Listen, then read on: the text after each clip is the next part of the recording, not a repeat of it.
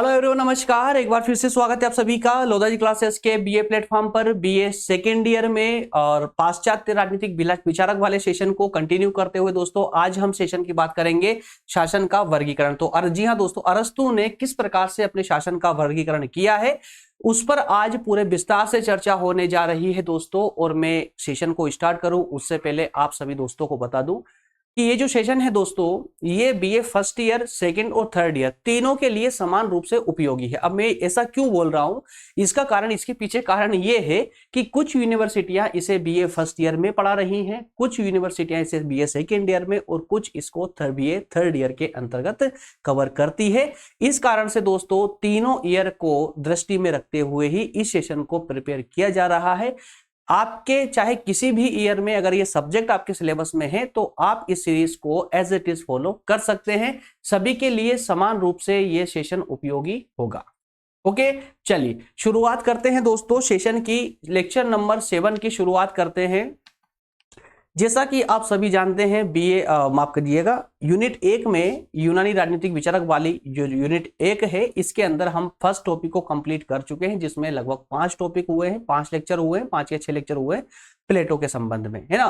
तो जिसमें हमने प्लेटो के न्याय के सिद्धांत पर चर्चा की, शिक्षा के सिद्धांत, साम्यवाद का सिद्धांत, दार्शनिक राज्य, ठीक है ना, और आदर्श राज्य, ये सब पर हम चर्चा कर चुके हैं। इसके बाद में हमारा सेकंड टॉपिक अभी चल रहा है, जिसके अंतर्गत दोस्तों ये दूसरा या तीसरा सेशन हो रहा है ना। अरस्तु का दूसरा ही सेशन है ये, जिसमें इससे पहले हमने राज्य से संबंधित, आदर्श राज्य से संबंधित बात की थी। और आज जो दोस्तों हम बात करेंगे वो करेंगे शासन के वर्गीकरण के संबंध में, ठीक है ना। तो अरस्तु ने अपने राज्य का किस प्रकार से वर्गीकरण किया है उसी पर हमें पॉइंट टू पॉइंट चर्चा करनी है। व्यवहारिक रूप के साथ ही साथ में थ्योरेटिकल पार्ट को भी जो है कंप्लीट करते हुए बढ़ना है, ताकि आपको एक अंडरस्टैंडिंग तो बने ही बने, साथ ही साथ में आपके पास में इतना सफिशिएंट डाटा भी हो जिसका इस्तेमाल आप एग्जाम में करके और एक अच्छे नंबरों की प्राप्ति कर सकते हैं। चलिए दोस्तों, तो आज का हमारी क्लास का सारांश इन द सेंस ये कि हमें आज के पूरे सेशन में क्या पढ़ना है, एक तरीके से हम इसे इंडेक्स भी बोल सकते हैं हमारी क्लासेस का,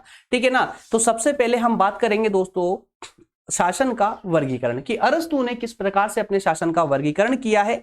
इसके बाद अरस्तु के वर्गीकरण की क्या व्याख्या है, व्याख्या में हमें क्या क्या लिखना है उस पर चर्चा करेंगे। तुरंत बाद में इसके वर्गीकरण का महत्व क्या है, एट लास्ट हम आलोचनाओं में चर्चा करते हुए इन चारों बिंदुओं के माध्यम से हम आज के सेशन को कंप्लीट करेंगे। आई होप कोई डाउट नहीं होगा, अब तक आपको ये क्लियर हो चुका होगा कि हमें आज के सेशन में पढ़ना क्या क्या है, ठीक है ना। चलिए शुरुआत करते हैं सेशन की दोस्तों, शुरुआत करते हैं। यार मुझे कमेंट करके आप बताते जरूर रहिएगा कि ये सेशन जो है आपको कंप्लीटली एकदम क्लियर हो पा रहा है या नहीं हो पा रहा है ना। उसके पीछे रीजन ही है दोस्तों बार बार में मेरे बोलने का, कि कमेंट करके मुझे बता देगी। कमेंट से कुछ भी साबित नहीं होता है, सिर्फ इतना हमें पता चल जाता है कि जिस रास्ते पर हम चल रहे हैं, मतलब कि जिस दिशा में हम आपको टीच कर रहे हैं वो दिशा सही है या नहीं है, या फिर हमें कुछ और सुधार करने की आवश्यकता है जिससे कि आपको सभी सेशन और इजीली समझ आने लगे। तो इसलिए दोस्तों कमेंट करके, अगर देखिए जितने भी स्टूडेंट देखते हैं ना, यार आप इतना तो कर सकते हो ना। मैं अब आपसे पहले कभी बीच बीच में कभी बोल भी दिया करता था, लेकिन लाइक और सब्सक्राइब का तो मैंने कभी बोला भी नहीं है, परंतु वहां कुछ शेयर करने का बीच में बोला करता था। लेकिन अब मैं आपसे ना ही सब्सक्राइब करने का बोलता हूं चैनल का, और ना लाइक करने का, और ना ही आपसे ये बोलता हूं कि आप इसको शेयर कीजिए। अब मैं सिर्फ आपसे इतना बोलता हूं, वो सिर्फ आपके हित में, कि अगर सेशन कंप्लीटली समझ आ रहा है तो ज्यादा कुछ करने की आवश्यकता नहीं है। कमेंट में जाइए और यस लिख दीजिए, पर्याप्त है। अगर आपने यस भी लिखा ना, मैं समझ जाऊंगा कि बिल्कुल ये सटीक रूप से आपको समझ आ रहा है। और अगर समझ नहीं आता है तो भी आपका बताना, आपके द्वारा हमें बताना आपकी जिम्मेदारी भी बनती है, और आपको बताना भी चाहिए, जिससे कि हम अपने तरीके में और इंप्रूवमेंट करें आपको समझाने में, है ना, कि इसको और व्यवहारिक रूप से समझाने का प्रयास करें। आई होप समझ गए होंगे अब तक, ठीक है ना। चलिए आगे बढ़ते हैं दोस्तों। अब बात करते हैं शासन के वर्गीकरण की, कि अरस्तु ने, देखिए अरस्तु जिस प्रकार से, हमने पहले प्लेटो की बात की, प्लेटो ने क्या किया था, एक आदर्श राज्य की कल्पना की थी। उसने बताया था कि यूनान में जिस प्रकार की राजनीतिक व्यवस्था है, उस व्यवस्था में जिस प्रकार के जो है भ्रष्टाचार था, या पूरी राजनीतिक व्यवस्था दोष से भर चुकी थी, दोषों से भर चुकी थी, मतलब बहुत ज्यादा विकृत हो चुकी थी। तो उसको ठीक करने के लिए प्लेटो ने अपने कुछ विचार दिए थे। अपनी पुस्तक के माध्यम से, ठीक है ना। तो अपनी पुस्तक में उन्होंने अपने विचार लिखे और उन्होंने अपने विचारों में बताया था कि राज्य जो है किस प्रकार का होना चाहिए, उसका शासक किस प्रकार का होना चाहिए, जनता कैसी होनी चाहिए, वो सारी व्यवस्था उन्होंने लिख करके छोड़ दी थी, ठीक है। और उसका अध्ययन हम कर चुके थे। तो प्लेटो ने भी अपने राज्य की अव्यवस्थाओं को सुधारने के लिए कुछ प्रयास किए थे, अपने विचार लिखे थे।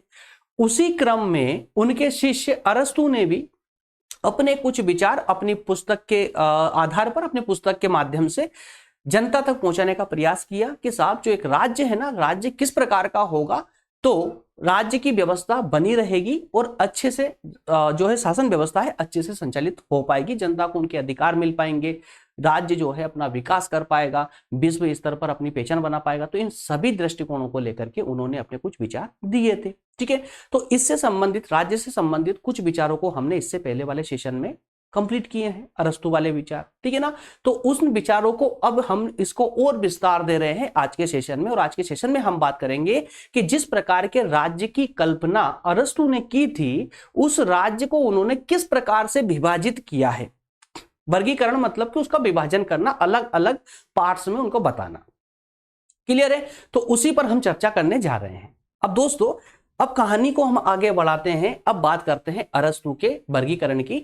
तो कुछ हुआ यूं था कि अरस्तु ने जो अपने विचार प्रस्तुत किए थे वो प्लेटो की तरह हवाबाजी नहीं की थी, मतलब हवा में सिर्फ अपने विचार प्रस्तुत नहीं किए थे, बल्कि अरस्तु का जो विश्लेषण था राज्य के संबंध में वो बहुत ज्यादा तार्किक था और वास्तविक था।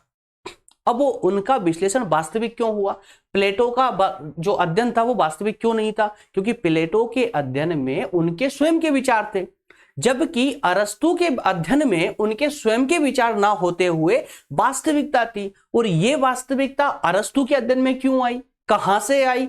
इस प्रश्न का जवाब यहां से मिलता है दोस्तों कि जब अरस्तु ने अपना अध्ययन या कहें कि अपने विचार जब अपनी पुस्तक में उल्लेखित किए, उससे पहले उन्होंने लगभग यूनान के जो देश थे दोस्तों, लगभग 150 देशों से भी, मतलब 150 देशों से भी ज्यादा देशों का अध्ययन किया, 150 देशों के संविधानों का अध्ययन किया। उसके बाद उन्होंने अपने ये विचार अपनी पुस्तक में उल्लेखित किए थे।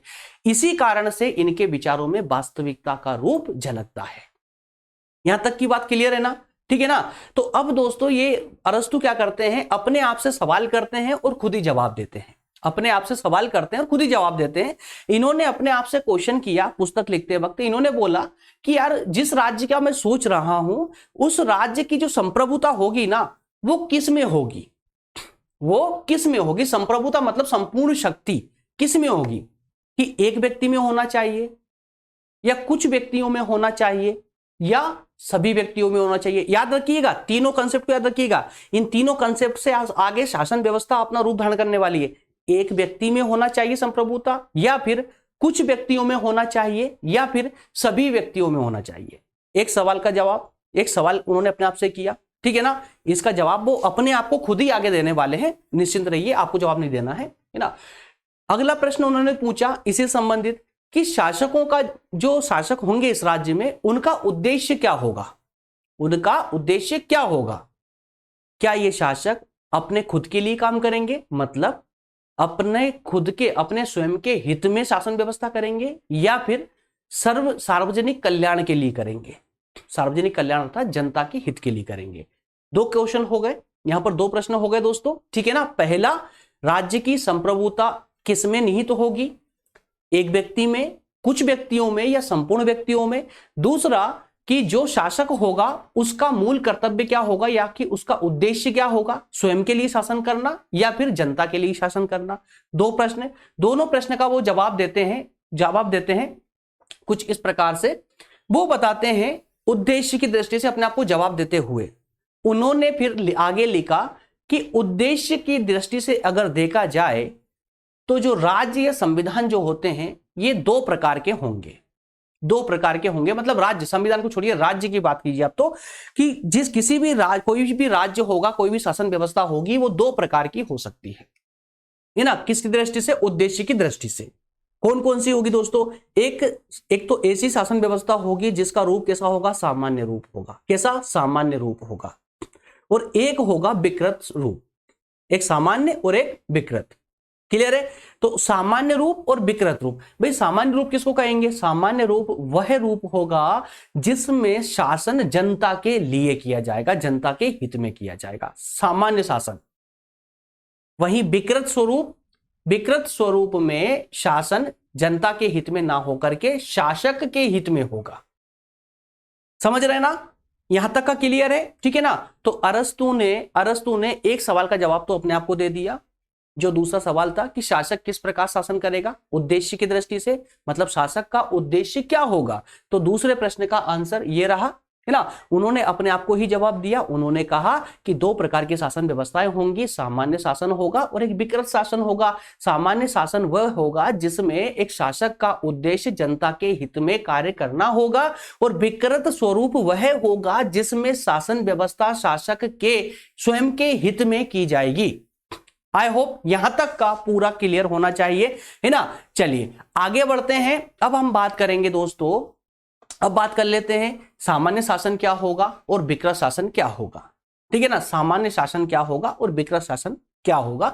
तो अब यहां पर देखिए स्टेप बाय स्टेप आपको आगे बढ़ना है ना? बीच में कहीं पर भी कुछ उठक पटक नहीं करनी है। पूरा स्टेप बाय स्टेप अगर आप इसको समझेंगे तो पूरा एकदम स्मूथली क्लियर होता चला जाएगा, इसमें कहीं से कहीं तक कोई डाउट नहीं बचेगा। चलिए, अब तक हमने देखा कि अरस्तु ने कुछ सवाल किए, उसका जवाब भी अपने आप को दिया उन्होंने। ठीक है ना?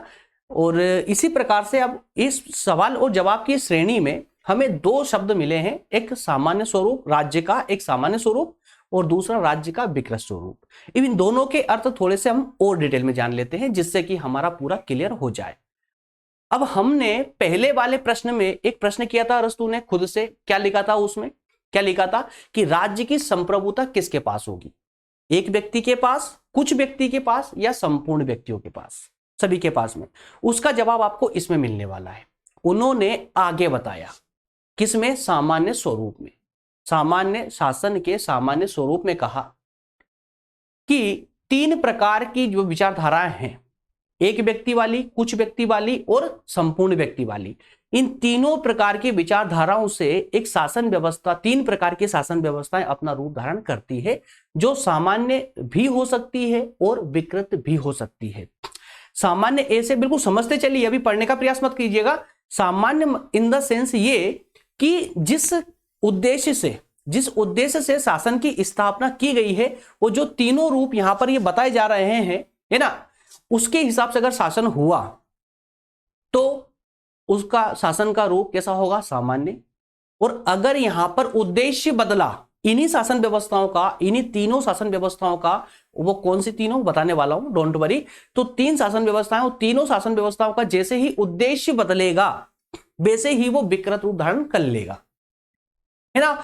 तो अब यहां पर तीन की बात हुई थी, वो तीन शासन कौन कौन से दोस्तों? एक व्यक्ति का कौन सा शासन होगा? एक तंत्र। कौन सा होगा? एक तंत्र, जिसे हम राजतंत्र के नाम से भी जानते हैं, है ना? और कुछ व्यक्तियों का कौन सा होगा दोस्तों? कुलीन तंत्र। क्या होगा? कुलीन तंत्र या श्रेणी तंत्र।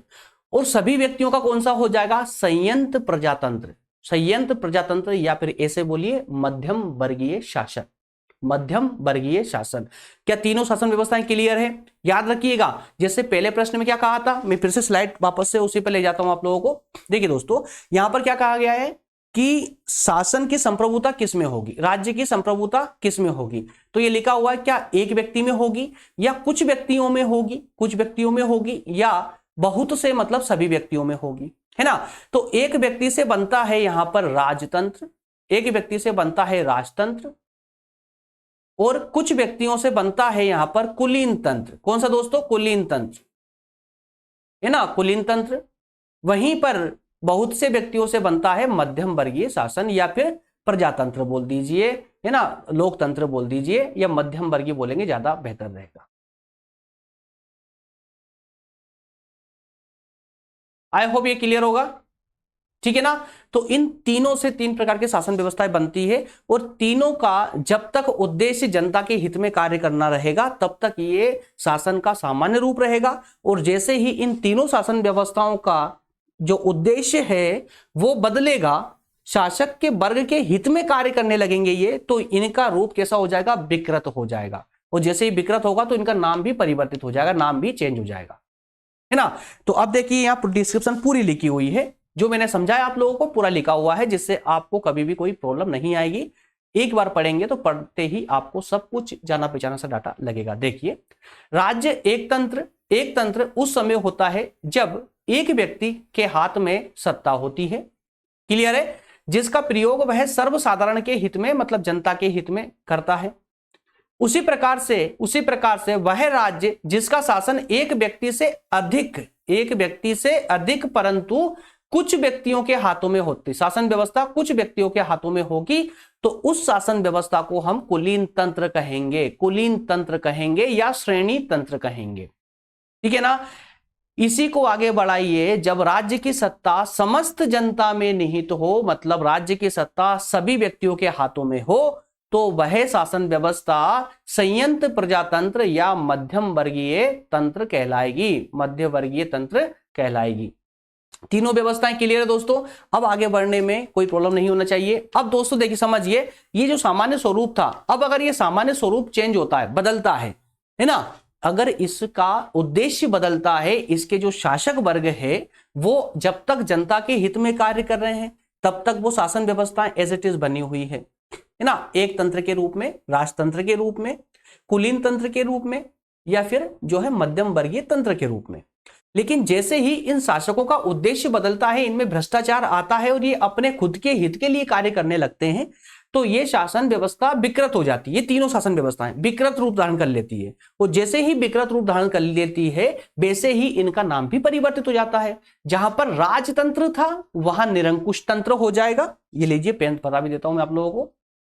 जहां पर राजतंत्र था वहां पर क्या हो जाएगा दोस्तों, निरंकुश तंत्र हो जाएगा। जहां पर श्रेणी तंत्र था, कुलीन तंत्र था, वहां धनिक तंत्र हो जाएगा। और जहां पर संयंत्र प्रजातंत्र था वहां समूह तंत्र हो जाएगा या प्रजातंत्र हो जाएगा, जिसे हम डेमोक्रेसी बोलते हैं, ठीक है ना, प्रजातंत्र। और इसको दोस्तों, इसको जो है समूह तंत्र या प्रजातंत्र, और एक इसका विकृत रूप एक नाम और है जिसे हम बोलते हैं भीड़ तंत्र। क्या बोलते हैं, भीड़ तंत्र, है ना। भीड़ तंत्र भी इसको आलोचकों ने नाम दिया है, भीड़ तंत्र नाम दिया है, ठीक है ना। यहां तक का पूरा क्लियर होना चाहिए, शासन का वर्गीकरण का क्लियर है। अब आगे अरस्तु ने इसको परिभाषित करते हुए कहा है कि निरंकुश तंत्र एक प्रकार का राजतंत्र है जिसके सामने केवल राजा का हित होता है। निरंकुश तंत्र जो है, निरंकुश तंत्र एक राजतंत्र ही है, लेकिन उसका रूप विकृत हो चुका है। अब राज्य का उद्देश्य जनता के लिए शासन नहीं करना नहीं है, बल्कि स्वयं के हित के लिए शासन करना होता है। धनिक तंत्र में केवल धनिक लोगों का हित होता है ना। धनिक तंत्र में जो पहले कुलीन तंत्र हुआ करता था, अब वो धनिक तंत्र है। वो धनिक तंत्र में किसका हित होगा, धनिक वर्ग का। जो धनी वर्ग जो शासन कर रहा है सिर्फ उनका हित होगा। वहीं जहां पर संयंत्र प्रजातंत्र था या मध्य वर्गीय तंत्र था, अब वहां पर समूह तंत्र, भीड़ तंत्र या जो है प्रजातंत्र होगा। और इसमें किसका फायदा होगा, किसका हित होगा दोस्तों, तो जरूरतमंदों का हित होगा। तो कुल मिलाकर हम कह सकते हैं कि शासन व्यवस्था के इस विकृत स्वरूप में इन तीनों में से किसी में भी संपूर्ण जनता का हित नहीं है, संपूर्ण जनता का हित नहीं है। आई होप यहां तक का क्लियर है ना। बताते रहिएगा दोस्तों, क्योंकि मैं तो अपनी धुन में पढ़ाए जा रहा हूं, ठीक है ना। अब आपकी लेवल क्या है, वैसे तो मैं कोशिश करता हूं कि सभी को एक साथ लेकर चलूं। जिनको समझ नहीं आता उनको भी बिल्कुल जीरो से, जमीनी स्तर से मैं समझाने का प्रयास करता हूं, एकदम बेसिक, एकदम जीरो से समझाने का प्रयास करता हूं दोस्तों। लेकिन देखिए, हो सकता है कहीं कहीं पर कुछ प्रॉब्लम आ जाए। अब इतने सारे सब्जेक्ट पढ़ा रहे हैं आपको, तो उस किसी सब्जेक्ट में प्रॉब्लम आ भी सकती है, लेकिन फिलहाल तो ये पॉलिटी है, इसलिए मैं पूरे कॉन्फिडेंस से आप लोगों को बोल भी पाता हूँ, समझा भी पाता हूँ और बोलता भी हूँ आप लोगों से। फिर भी कहीं प्रॉब्लम आए तो मुझे बताइए कमेंट करके, तो इसमें इंप्रूवमेंट और भी किया जा सकता है। ऐसा नहीं है कि बस इतना ही, है ना। जैसा आप बोलेंगे ना उस तरीके से आप लोगों को एक्सप्लेन किया जा सकता है, ठीक है ना। वैसे तो दोस्तों देखिए, एक्सप्लेन करने का मजा तब आता है जब बाइलिंगुअल क्लासेस होती है ना। कोई डाटा ना हो बोर्ड पे और डायरेक्ट एक्सप्लेन किया जाए। और मेरा प्लान भी यही था कि कोई डाटा नहीं दूं। इसमें क्या पता है आपको कि अगर बिना डेटा के मैं क्लास लेकर आऊं आप लोगों के लिए सिर्फ पेन के माध्यम से, तो मेरे कम से कम एक सेशन को लाने के लिए 3 घंटे सेव हो जाते हैं, मेरे स्वयं के 3 घंटे बच जाते हैं। अभी आपके एक सेशन के लिए इस पीपीटी को बनवाने में कम से कम 3 घंटे लगते हैं, कम से कम 3 घंटे लगते हैं, है ना। टाइपिंग होती है, डिजाइनिंग होती है, फिर फाइनल होती है, 3 स्टेज से गुजरती है पीपीटी, उसके बाद में यहाँ बोर्ड पर आ पाती है, यहाँ स्टूडियो में आती है। तो अगर मैं डायरेक्ट बिना पीपीटी के, बिना डेटा के अगर आप लोगों को एक्सप्लेन करता, पढ़ाता पेन के माध्यम से, जैसे यूट्यूब पर और क्लासेस चल रही है उस तरह से अगर मैं आप लोगों को पढ़ाता, जैसे आपके कॉलेज में क्लासेस चलती है ना, ऑफलाइन क्लासेस चलती है, उस तरह अगर मैं आप लोगों को पढ़ाता तो बेसिक डेफिनेटली मेरे कम से कम 3 से 4 घंटे एक सेशन पर बच जाते। उसमें सिर्फ उतना ही समय लगता है जितना मैं आप लोगों को पढ़ा रहा हूं, और उसके बाद में जितना अपलोड होने में टाइम लगता है, दैट्स ऑल। इससे ज्यादा टाइम नहीं लगता, मेरा बहुत समय बचता है।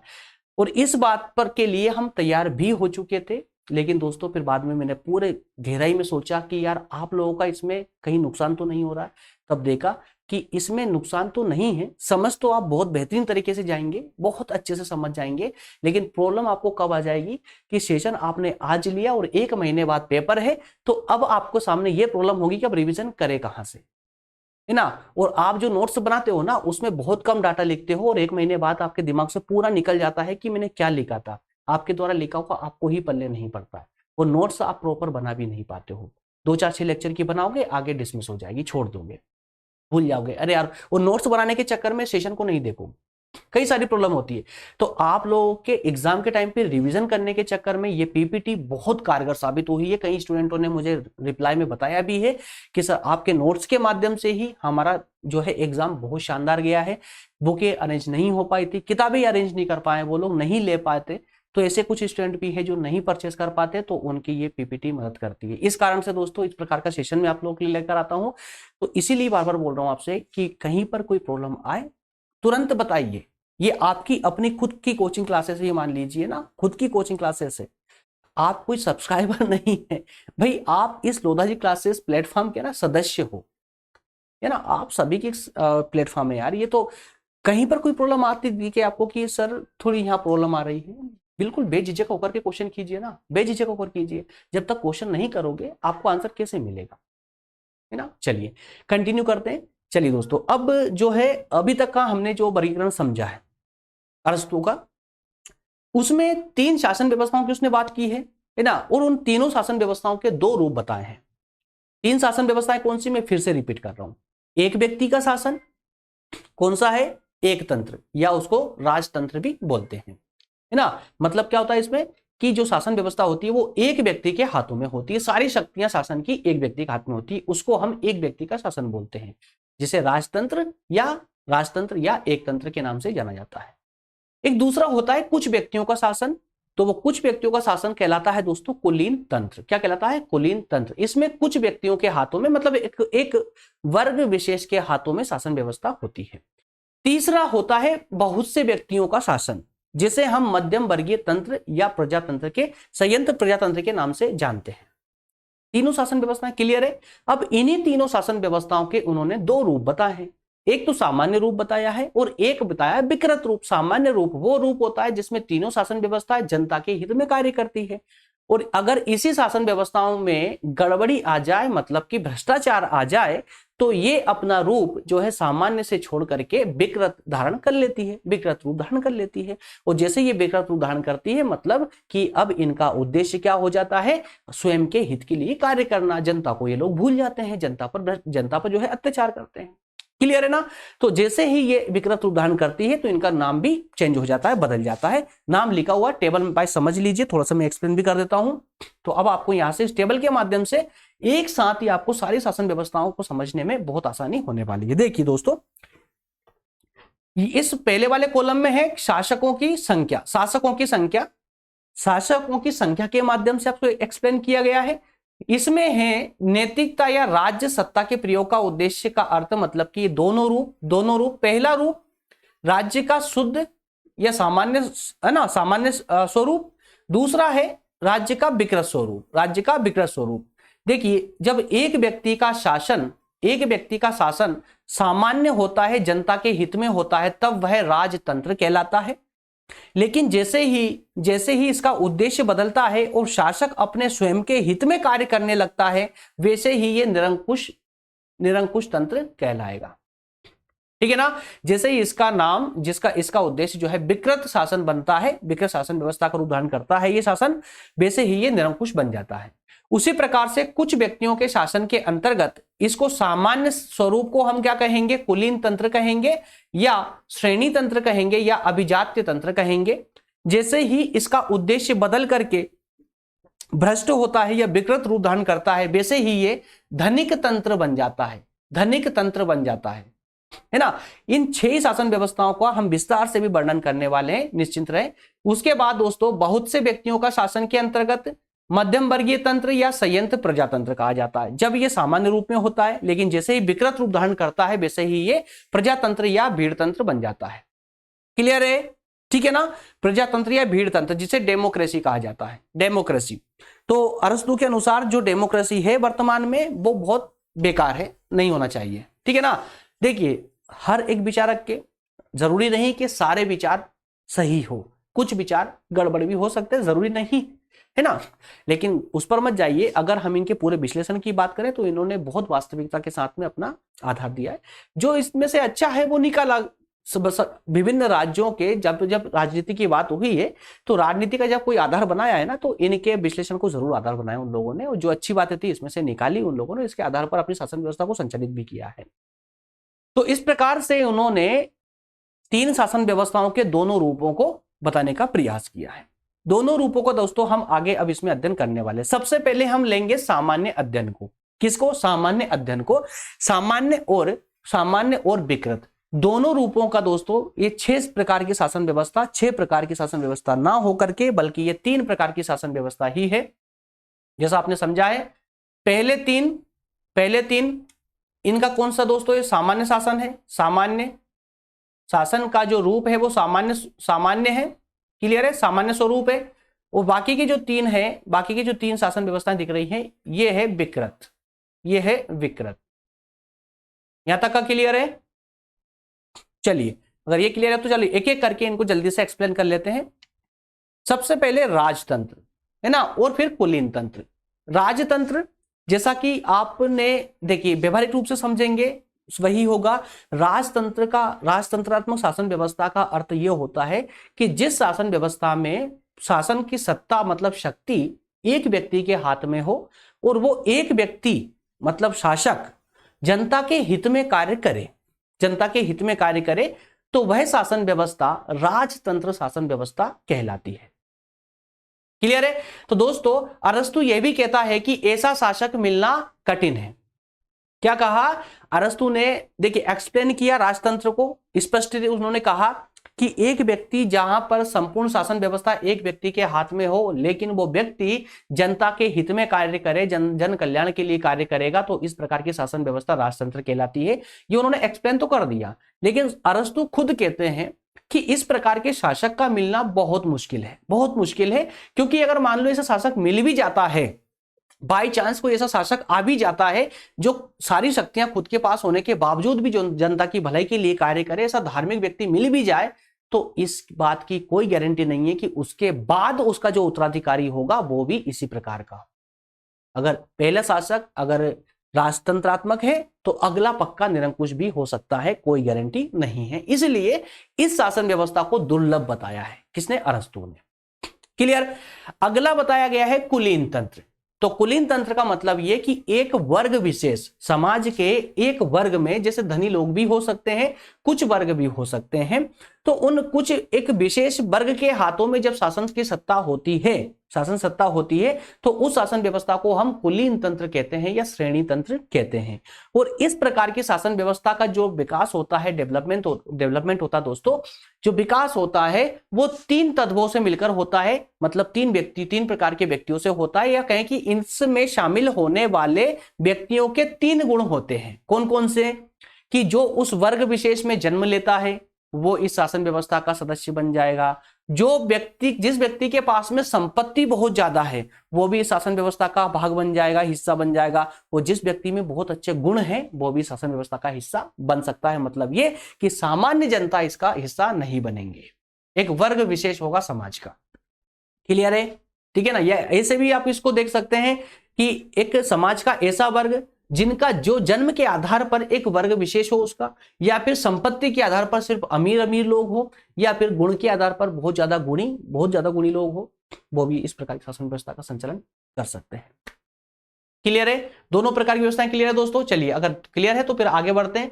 आगे हम बात करेंगे प्रजातंत्र की, है ना, जिसे पॉलिटी कहते हैं। क्या कहते हैं? पॉलिटी। मध्यम वर्गीय शासन तंत्र मतलब पॉलिटी। और यह शासन व्यवस्था दोस्तों ऐसी है जिसमें शासन की सत्ता संपूर्ण जनता के हाथों में होती है और शासन का संचालन भी संपूर्ण जनता के हित में किया जाता है। यह शासन धनिक और समूह तंत्र दोनों के बीच का शासन है। कौन कौन सा? धनिक तंत्र मतलब कि एक तंत्र, ठीक है ना, और समूह तंत्र, जो समूह तंत्र था, उन दोनों के बीच की कड़ी है ये।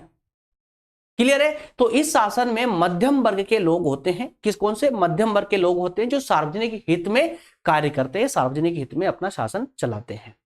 क्लियर है यहां तक का? ठीक है ना। तो तीनों शासन व्यवस्थाएं पूरी तरह क्लियर होनी चाहिए। अब देखिए, ये चौथे से अब इसका कलर चेंज हो गया, है ना। अच्छा खासा कलर चल रहा था, अब देखिए कलर चेंज हुआ, मतलब कि हल्का सा ब्लैक दिखने लगा है ना। पूरा ब्लैक नहीं हुआ अभी भी, हल्का सा ब्लैक है। मतलब अब इसमें कहीं ना कहीं कुछ गड़बड़ हुई है, मतलब इसमें भ्रष्टाचार घुस चुका है, इसीलिए इसका कलर चेंज हुआ है ना। हल्के से रेड पने में और ब्लैक आ चुका है ये, ठीक है ना। अच्छा खासा कलर चल रहा था, ब्लैक टाइप का हो गया, मतलब कि जो भ्रष्टाचार करेगा तो, है ना, इसी टाइप का दिखेगा।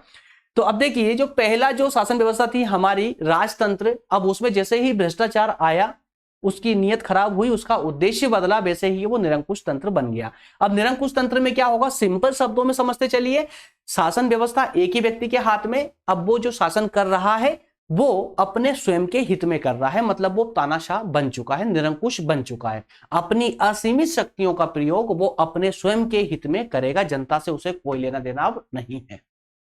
क्लियर? अगला है वर्ग तंत्र और प्रजातंत्र या समूह तंत्र। वर्ग तंत्र जो भी दोस्तों श्रेणी तंत्र था, जो कुलीन तंत्र था, अब उसका रूप भी खराब हुआ। देखिए रेड हो गया, ये भी है ना, ये भी रेड हो चुका है, इसमें भी भ्रष्टाचार घुस चुका है।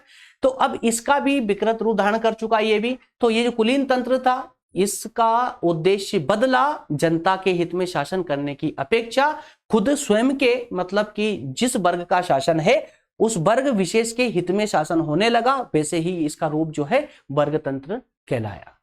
क्लियर है? आगे बढ़ते हैं दोस्तों, आगे बढ़ते हैं। सॉरी, एक और ले चुका आपका, एक लास्ट ले चुका है, प्रजातंत्र या समूह तंत्र, है ना। जो पहले संयंत्र लोकतंत्र था या मध्यम वर्गीय तंत्र था, उसका रूप बिगड़ा, उसका रूप भी दोस्तों बिगड़ा। उसमें कुछ जो है अब भ्रष्टाचार आया, या कहें कि कुछ लोगों के स्वार्थ जागे, वैसे ही इस प्रजातंत्र का भी स्वरूप बदला, लोकतंत्र का स्वरूप बदला और ये प्रजातंत्र में आ गया, समूह तंत्र या कहें कि भीड़ तंत्र में आ चुका है। अब इस भीड़ में हिस्सा वही व्यक्ति लेगा। अब देखिए, आज की धारणा अलग है, लेकिन हम अभी फिलहाल अरस्तु के विचार पढ़ रहे हैं, है ना, तो इसलिए अरस्तु के अनुसार ही देखेंगे। तो अरस्तु का कहना है कि इस भीड़ तंत्र में या समूह तंत्र में जो है मध्यम वर्ग के लोग हिस्सा लेंगे, और इनकी दो विशेषताएं होती है कि एक तो इस शासन व्यवस्था को संचालित करने वाले लोग निर्धन होते हैं। कौन होते हैं? निर्धन होते हैं और बहुसंख्यक होते हैं। निर्धन समाज के लोग और जो बहुसंख्यक समाज है उसका शासन होता है यहाँ पर। संपूर्ण प्रजातंत्र मतलब कि संपूर्ण जाति, मानव जाति के लिए यहाँ शासन व्यवस्थाएं की जाती है। तो अरस्तु के अनुसार निर्धनों की संख्या अधिक होने से संयंत्र प्रजातंत्र अपने विकृत रूप में पहुंच जाता है। किसके कारण? निर्धनों की संख्या अधिक होने के कारण, जो कि प्रजातंत्र कहलाता है। प्रजातंत्र वह शासन प्रणाली है जिसमें बहुसंख्यक निर्धन जनता के हाथ में शासन होता है। इस प्रकार के शासन की दो विशेषताएं होती, इन व्यक्तियों की दो विशेषताएं होती है। इसकी जनसंख्या जो है, इसकी संख्या जो है, निर्धन होते हैं, निर्धनों का शासन होता है और बहुसंख्यकों का शासन होता है। आई होप 6 की 6 पूरी शासन व्यवस्थाएं अब आपके मस्तिष्क में क्लियर हो चुकी होंगी। क्लियर है दोस्तों? तो अब आइए थोड़ा सा महत्व पर भी चर्चा कर ले, जिससे कि हमारा इसका पूरा कंप्लीट हो जाए और ये आगे चल करके हम इसके आलोचना पर भी, टॉपिक पर बात करेंगे, ठीक है ना।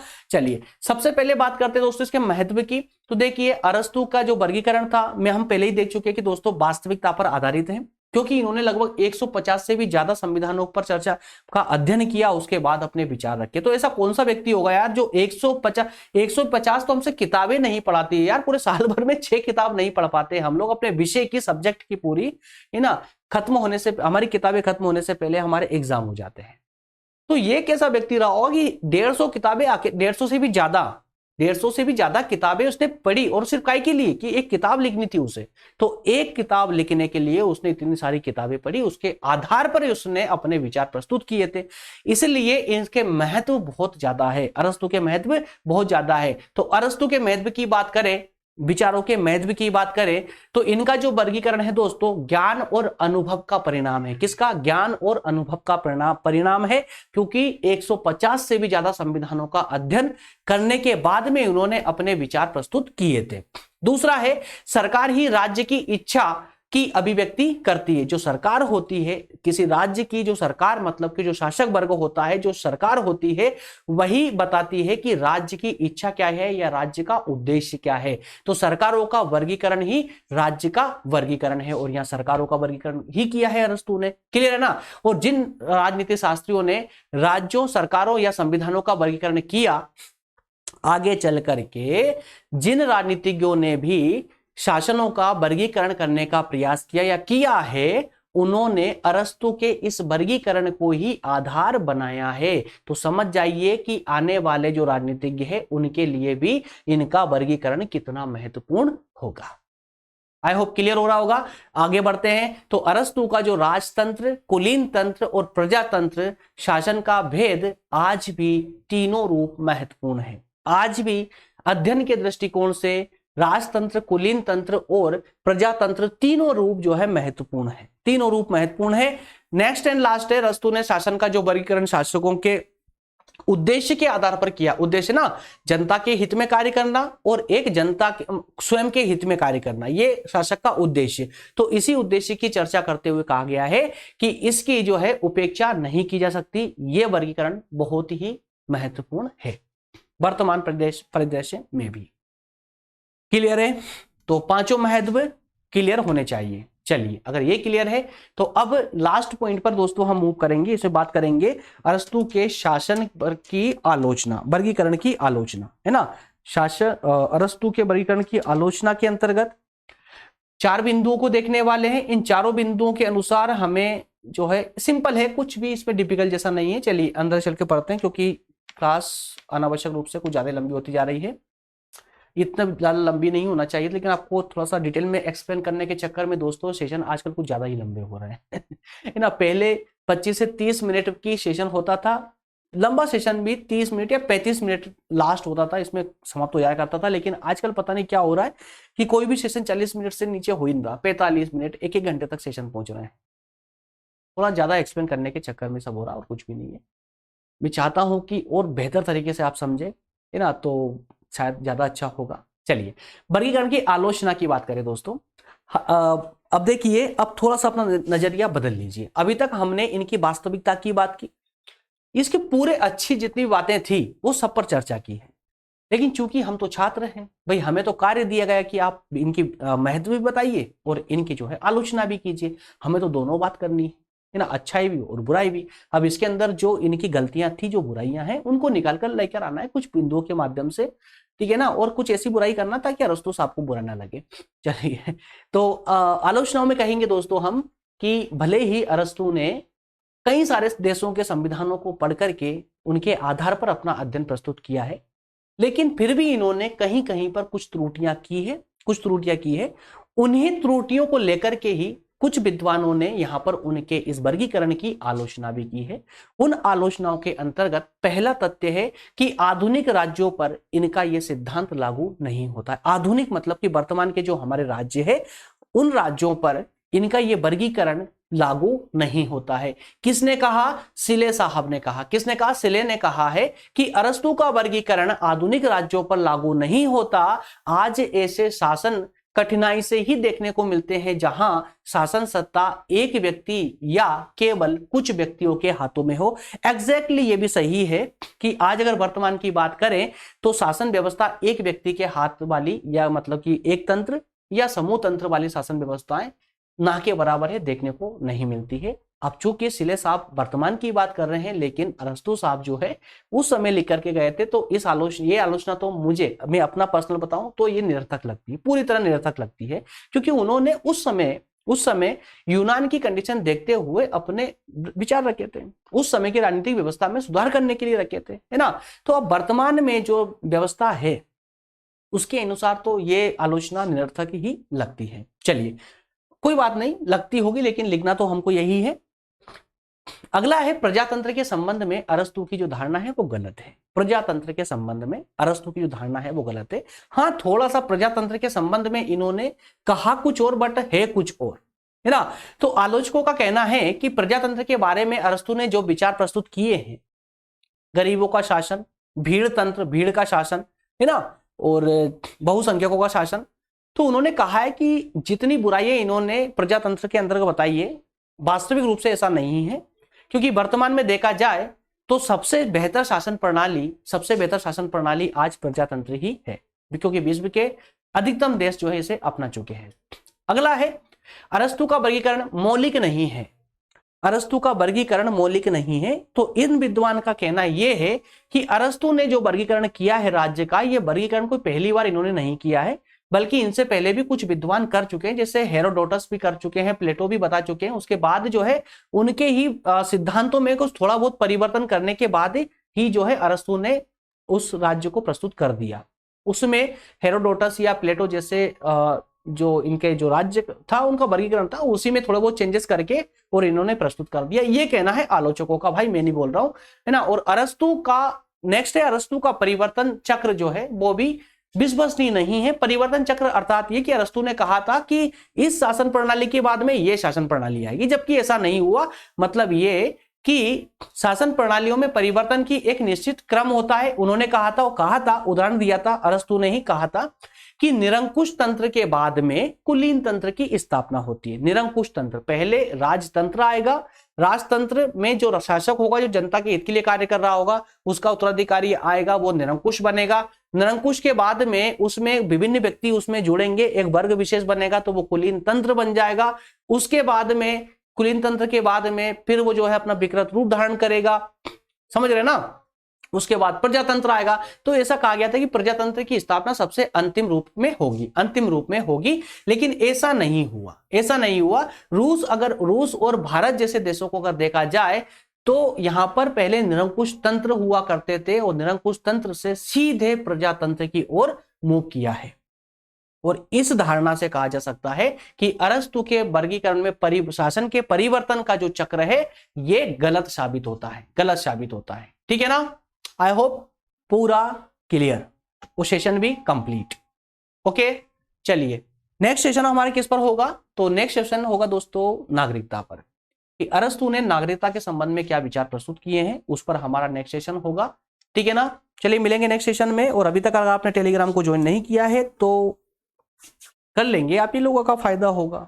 नहीं करेंगे कोई प्रॉब्लम नहीं है, कर लेंगे तो ये होगा कि आप लास्ट तक जब तक आप हमारे साथ पढ़ना चाहते हो कंटिन्यूअसली पढ़ सकते हो। कोई भी क्लासेस आपकी मिस नहीं होगी, सभी क्लासेस टाइम टू टाइम मिलती रहेगी। अगर आपके पास टाइम नहीं भी है क्लास देखने का तो कोई प्रॉब्लम नहीं है, उस ग्रुप में आपकी क्लास सुरक्षित रखी गई है। 2 दिन बाद भी आप उसको उस लिंक के माध्यम से उस क्लास को देख सकते हैं। आपका जो बीच का जो टॉपिक होगा वो डिसमिस नहीं होगा।